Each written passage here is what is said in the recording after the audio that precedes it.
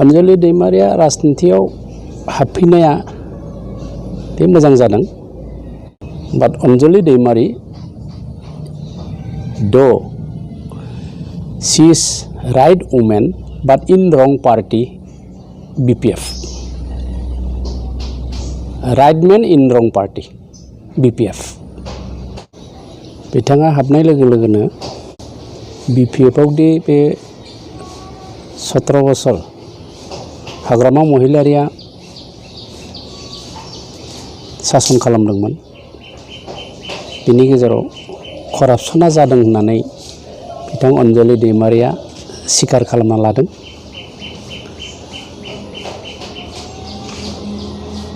बेखौ बियो सोदांनांगोन होननानै बुंदों उनाव।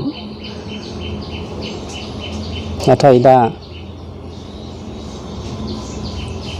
नैबे दा BTC-नि सोलिबाय थानाय बिसायख'थिनि हाबाफारिफ्राव बिथाङा मा रल लागोन, माबोरै हाबाफारि मावगोन, बे बाथ्राखौ बिथाङा दासिम बुङाखै। जइनसो लाग्रोदों, बिनि सायाव जेबो रिएक्सन बा प्रतिक्रिया होनायखौ आं नुवाखै मिडियायाव। जास्ट जइनल' खालामदों, बेखिनिखौ आं मोनदों नायनानै मिडियायाव। मा रल लागोन बेखौ जों मिथिया बे इलेक्सनाव। नाथाय बिथांनि जइनिंआ जोंनि UPPL दलखौ बाहाय जेबो हेंथा गोहोम खोख्लैनो हानाय नङा। बिथां अनजलि दैमारिया जेबो गोहोम खोख्लैनो हानाय नङा होननानै आं सानो। दा BPF आव हाबनानै बे इलेक्सनाव माबा मोनसे जुदि हाबाफारियाव बाहागो लायोब्ला, रल लायोब्ला इलेक्सनाव, बिनि रला सोरनि एगेन्स्टै थांगोन? रायजो राजानि खाथियाव आं मोनसे कुइसन सोंहरनाय जायो। NDPआ 35 इयार्स खस्थ' खालामनानै एबसुनि हेफाजाब, नों आंनि रायजो राजानि हेफाजाब, आइजोफोरनि हेफाजाब, लाइमोन इयुथफोरनि हेफाजाब लानानै दाख्लै 27 जानुवारियाव जारिमिनारि मोनसे गोरोबथा जानानै थांबाय। दा बेवहाय बे गोरोबथा जारिमिनारि मोनसे एकर्डनि समाव साइन होदोंमोन NDPनि गावस्रानाय, बावैसो गावस्रालांनाय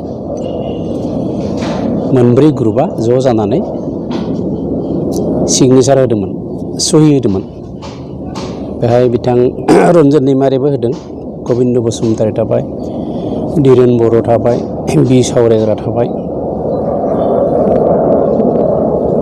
दा बे हिसाबै बिटिआरखौ लाबोखांनायनि उनाव नैबे इलेक्सनाव पावाराव फैनानै बेखौ इमप्लिमेन्टेसन खालामनायनि दायित्वआ NDPनि फाफ्लियाव सोनारो। नाथाय दा NDP गैला, NDPआ डिजल्भ जाबाय, सिभिल ससाइटियाव फैबाय, रायजो राजानि हाबा मावगोन, देशनि हाबा मावगोन, राष्ट्रनि जिथु अखण्डता बेखौ इन्टिग्रिटियाव लाखिगोन होननानै दिनै NDPआ मेइन स्ट्रिमजों गोरोबनानै बे एकर्डखौ खालामनो हादों। भारत आरो आसाम सरकारा बिथांमोननि बे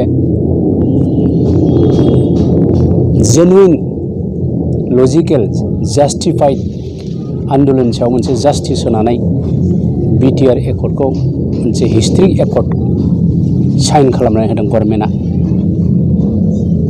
दा बे इमप्लिमेन्टेसनखौ खालामनायनि दायित्वआ NDPनि लिडारफोर, आरो बेखौ इमप्लिमेन्ट खालामनो थाखाय मोनसे पलिटिकेल पार्टिनि दरकार। पलिटिकेल पार्टिया मोनसे सासनाव थानानै, सासननि गारियाव थानाय बेखौ इमप्लिमेन्ट खालामनांगौ। बिनि थाखाय बिथांमोना UPPLखौ दानाय जाबाय। आरो दा बे UPPLआव गासैबो NDPनि एक्स लिडार, एक्स केडार, बर' समाजखौ लानानै, गुबुन गुबुन हारिखौबो लानानै दानाय जादों। दा बे मथेब्ला फारसेथिं अनजलि दैमारि बिथाङा इमप्लिमेन्ट खालामनांगौ होननानै बुंदों, बे मोजांनि बाथ्रा। खिन्थु इलेक्सनावथ' बियो बिनि बाय भार्सा एनडिएफबिनि एगेन्स्टै थांनाय जागोन जुदि रल लायोब्ला मानो बिपिएफखौसो देरहा होनांगोन ना बियो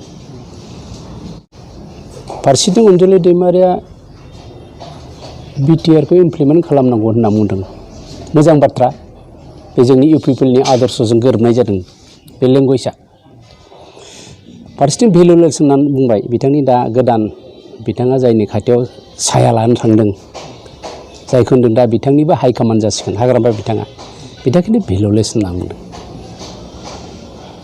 भेलुलेस होननायनि बिथाङा अधिकार गैया राइट्स गैयामोन मानो बिथाङा गावबो बै हिस्ट्रिक बड' पिस एकर्ड बिटिआर एकर्डआव सहि होदोंमोन साखि हिसाबै सहिदों बिथाङाबो बिटिआरखौ इमप्लिमेन्ट खालामनायाव दायित्व दङ दा जाहा नायल' जाल' सासे रायजो सभानि एमपि दङ बिस्वजित दैमारि खिन्थु बिथाङा जोंखौ नाखस खालामाखै बिथाङा इनडाइरेक्टलि डाइरेक्टलि बिटिआर एकर्डखौ गोजोननाय मोन्दों समर्थन खालामदों बिनि एग्जाम्पलानो जाबाय 28,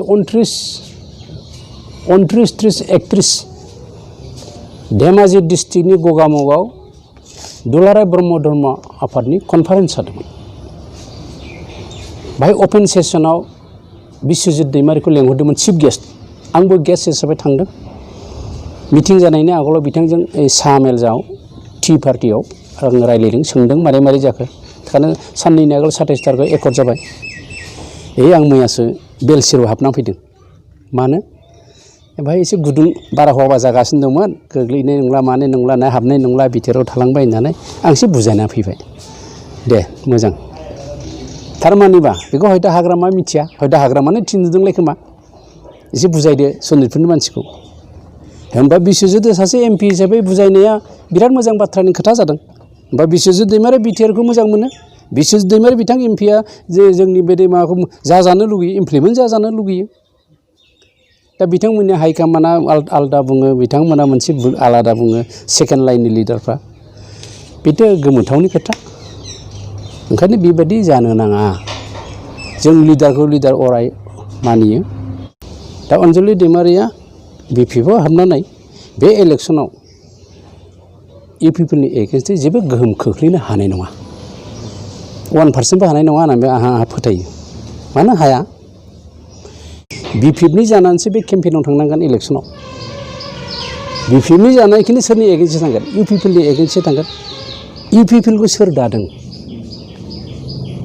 एबसु आरो एनडिएफबिआ दादों बे केम्पेइनाव थाङोब्ला एनडिएफबिनि एगेन्स्टै बाथ्रा बुंहैनांगोन बियो एनडिएफबिआ सिगनेटरिस रन्जन दैमारिनि एगेन्स्टै बुंनांगोन बियो